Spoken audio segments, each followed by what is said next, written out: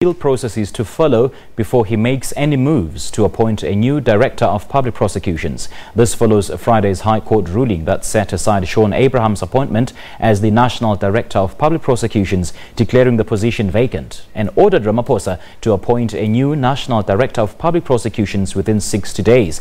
The NPA has filed a notice of an application for leave to appeal. Now, the court order also ruled that President Zuma was just too conflicted to appoint a replacement. The DA insists that Abrahams should vacate his position and not wait for an appeal. Yesterday, the MKMVA says it's dismayed by the court's decision and says the ruling is a serious overreach by the judiciary and comes perilously close to a judicial coup against a democratically elected president. Well, joining us on the line is Political Analyst Shadrack Gutto. Very good afternoon, Professor Gutto. A lot of reaction on the North Gauteng High Court ruling. Now, the MKMVA is now calling it calling this ruling as a serious overreach by the judiciary and comes perilously close to a judicial coup against a democratically elected president. What do we make of this? Thank you very much, the listener. I think that it is improper to say that the judiciary has really overreached its constitutional obligations. So the judiciary here is basing the ruling on the Constitution itself. In other words, you cannot have somebody who is implicated in a case or on a case appointing people who will deal with the matter. And from that point of view, it is a question of conflict of interest. So I think that High Court in Northern Gauteng, that is Pretoria, made a correct decision in saying that the president is the one who is to be prosecuted. How can the president really appoint somebody who is going to prosecute him in that case? It is a conflict of interest, and I think we have to interpret the law in its context and not just the letters, but also to look at what are the implications. Is justice being done, or is justice being seen to be done? And I think that removing the power from the president is one that is meant to promote the idea that justice must seem to be done.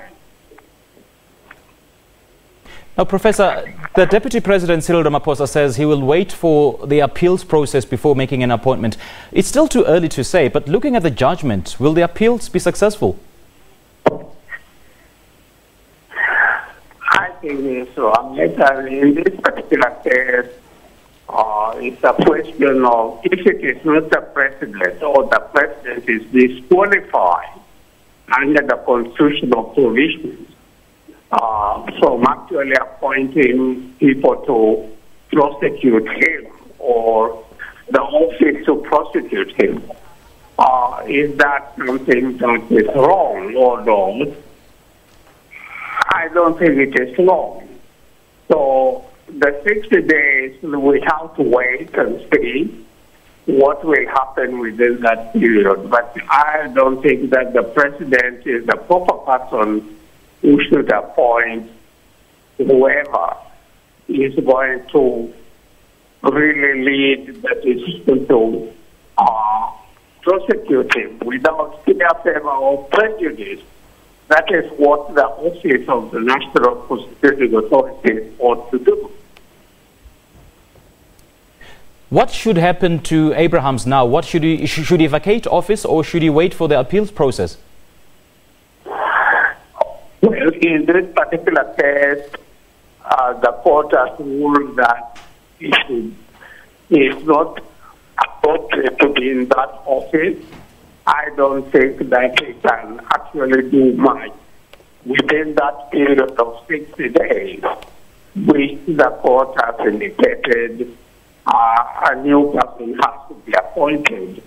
So we are in a period of paralysis. The question is, what will happen within those 60 days? I think that's what we should be thinking about or talking about or analyzing, rather than really whether or not it has a notice, but it has indicated it's not fit and proper for that position, and neither is the person who was in that office before, the person who was there has been ordered to be able to pay back the remuneration that they got when they were in that office. So we are in a period of paralysis within those 60 days. And the question is that office going to operate within that period? And if it is going to happen, is it under the authority of Abrahams? I don't think so. So that's where we are at the moment. It is a very difficult position we are in. It is a presidential making decision, and that asks leaders to be able to question how we deal with this moment in history. It's a historical moment. Now, Shaun Abrahams' incumbency in office has been fraught with allegations of impropriety, allegations of partiality, and his integrity has, of course, taken a huge knock. What does this say about his integrity, with reference to the latest court judgment? Well, that alone will mean that if whatever decision he makes, whether it is for prosecutions or non-prosecution of the president, will bring that into question. And I don't think that somebody who is capable really of saying he will go ahead and lead prosecution, proper prosecution, not just prosecution in formality, but in reality of the president in terms of the 783 charges that have been brought against the president. So from that point of view, I think he is paralyzed. He cannot proceed. And from that point of view, he is somebody who I believe is incapable of carrying out the functions of that office. Not be a favor of prejudice provided for in the Constitution. All right, Professor, thank you so much for joining us. Unfortunately, we have to end it there. His line wasn't the best. But for now, let's take a short break and we'll be right back.